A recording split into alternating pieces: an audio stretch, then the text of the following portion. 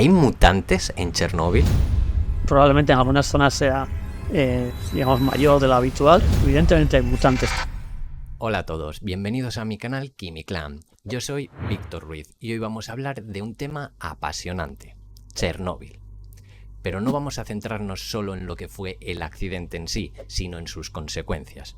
Sobre todo para la fauna que vive en la que se conoce como zona muerta o zona de exclusión. Esa zona que rodea la central de Chernóbil y que todavía hoy en día está restringida para muchas personas. Pero para hablar de esto, nadie mejor que el experto que tenemos hoy con nosotros. En esta ocasión tenemos el privilegio de contar con la presencia de Germán Orizaola, un experto en zoología y profesor de la Universidad de Oviedo. Bienvenido, Germán. Hola, ¿qué tal? Encantado de estar con vosotros. El profesor Orizaola es un destacado investigador que ha llevado a cabo investigaciones pioneras sobre cómo la vida se desarrolla en áreas afectadas por desastres ambientales. Vamos con algunas preguntas sobre sus estudios para arrojar luz a nuestra audiencia sobre un tema que desata tal vez no muy buenas sensaciones. ¿Puedes hablarnos un poco más sobre tu trabajo y los entornos extremos en los que se enfoca? ¿Y representa realmente un peligro trabajar en la zona de exclusión en la actualidad? En la actualidad no supone un gran peligro trabajar en la zona de exclusión de Chernóbil.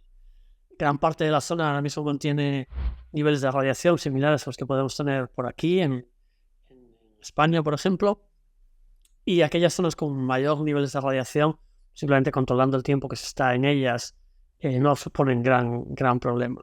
Para poner un ejemplo, el tiempo que nosotros solemos pasar allí, que son 2 semanas, sin salir de la zona de exclusión, lo que venimos a acumular es el equivalente a unos niveles de radiación similares a un par de viajes de ida y vuelta a Estados Unidos, ¿no? Y, por ejemplo, la mitad de lo que supone una mamografía. Es decir, no representa un problema ahora mismo trabajar en Chernóbil. Interesante. Se escucha mucho, de hecho, que es una locura acercarse allí, hasta miles de años después. Y tal vez entre tanta información mucha gente no sabe distinguir entre qué es cierto y qué no. De hecho, a esa zona se la denomina como zona muerta. Y quizás con este nombre nos imaginamos, no sé, un desierto en el que la vida no es capaz de surgir por culpa de la radiación. Como un experto en biodiversidad, ¿cree usted que Chernóbil es realmente una zona muerta? La zona de exclusión de Chernóbil para nada es una zona muerta, es justo todo lo contrario. Ahora mismo es una de las mayores reservas naturales de toda Europa, tanto en superficie como en diversidad de fauna. En Chernóbil podemos encontrar la mayor población europea de lobos, osos, linces, castores, nutrias, urogallos, más de 200 especies de aves, es decir, prácticamente la totalidad de especies que uno podría esperarse que viviesen en el este de Europa. Por lo tanto, muy lejos de ser una zona muerta, como digo, es uno de los grandes oasis de biodiversidad de toda Europa. Realmente interesante todo esto que nos comentas, Germán. De hecho, creo que a más de uno de nuestros espectadores les está cambiando la perspectiva de todo esto. He visto que en su estudio se centra en una especie de anfibios, unas ranas, si no me equivoco. ¿Hay alguna razón especial para estudiar a este animal?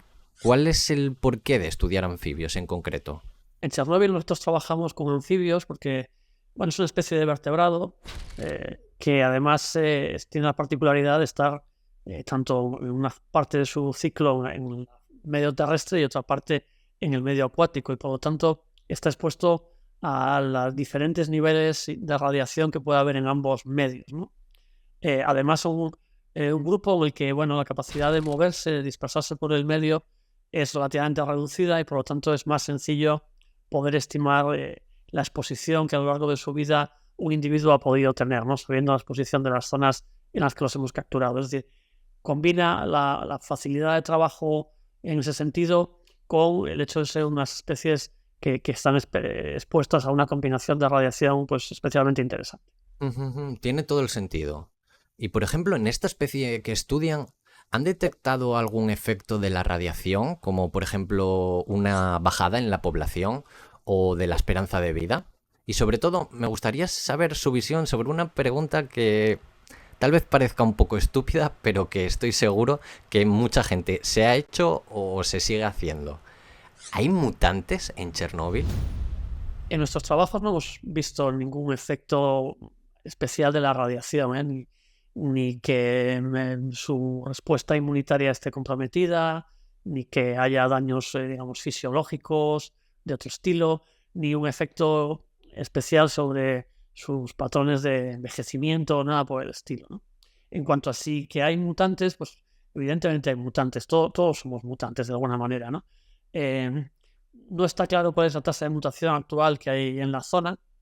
Probablemente en algunas zonas sea, digamos, mayor de la habitual, pero como digo, si es mayor de la habitual, eso no parece que se traslade en efectos o niveles fisiológicos que nosotros podamos ver ahora. Es decir, efectos que a día de hoy, 37 años después del accidente, estén afectando a las poblaciones de estas especies en Chernóbil. Muy curioso, muy curioso. ¿Y han notado, por ejemplo, algo peculiar en estas poblaciones? ¿Alguna especie de adaptación al medio en particular? Lo que sí hemos observado en nuestros trabajos en Chernóbil es alguna respuesta efectivamente adaptativa. Respuestas que nosotros podemos asumir que confieren a estos individuos una mayor capacidad para vivir en ese ambiente, o sobre todo que se la confirieron en el momento del accidente cuando los niveles de radiación eran muchísimo mayores que los que hay ahora, 2 órdenes de magnitud mayores que de los que hay ahora. Y lo más significativo que hemos encontrado tiene relación con la coloración de las ranas con las que trabajamos. Unas ranas que habitualmente tienen una coloración verde, pero que en Chernóbil tienen una coloración o verde muy oscura o incluso negra. Eso lo que nos indica es que, digamos, la cantidad de melanina que hay en la piel de estos anfibios es mucho mayor. Lo que sabemos es que la melanina confiere protección frente a diferentes tipos de radiación, frente a la radiación ultravioleta del sol, pero también frente a la radiación ionizante que hay en Chernóbil.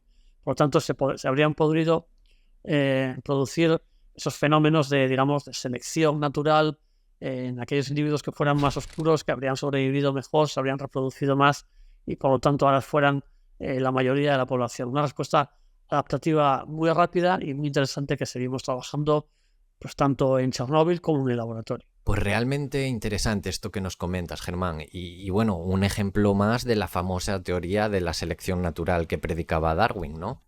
Y bueno, para terminar, creo que sería de gran valor si pudiera proporcionarnos un resumen de las conclusiones que un experto de su calibre extrae de toda esta investigación realizada en la zona de Chernóbil.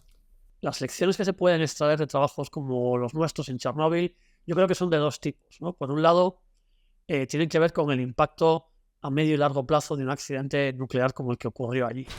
Y ese impacto, pues a día de hoy, como digo, con esa zona, con osos, con lobos, con linces, pues el impacto es mucho menor que el que inicialmente se preveía, ¿no? Es decir, se preveía que esa zona iba a ser una zona muerta. Como decía antes, es uno de los mayores oasis de biodiversidad de Europa. Eso por una parte. Por otra parte, tenemos que una zona en la que cesó la actividad humana, 350.000 personas fueron evacuadas y toda la actividad agrícola, ganadera, industrial prácticamente quedó reducida a cero. Y bajo esas circunstancias lo que tenemos ahora, como decía, es un oasis de biodiversidad, una zona que acoge a prácticamente la totalidad de especies carismáticas, amenazadas, que viven en el este de Europa, caballos de Przewalski, linces, osos, lobos, ¿no? Eso nos da una buena lección desde el punto de vista de la conservación cuando la queramos aplicar en otras zonas, como por ejemplo en España. Si queremos hacer una conservación efectiva, Chernóbil nos está diciendo que una de las mejores cosas que podemos hacer es reservar superficies de hábitat suficientemente grandes para eso, para hacer conservación, para la gran fauna, ¿no? Si queremos conservar osos, si queremos conservar linces, si queremos conservar urogallos, lo mejor que podemos hacer es dejarles espacio, no interferir con sus ciclos vitales normales, no llenar los parques nacionales y los bosques de actividad, de carreras de montaña, de cosas por el estilo, ¿no? Chernóbil nos da la pista de que la mejor conservación es dejar a la naturaleza tranquila.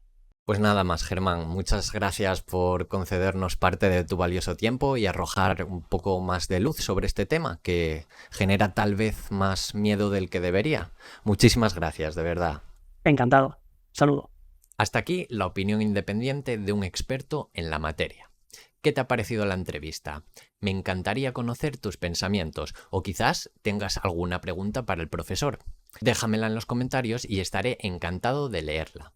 Nada más por hoy, un saludo y nos vemos en el próximo vídeo. Adiós.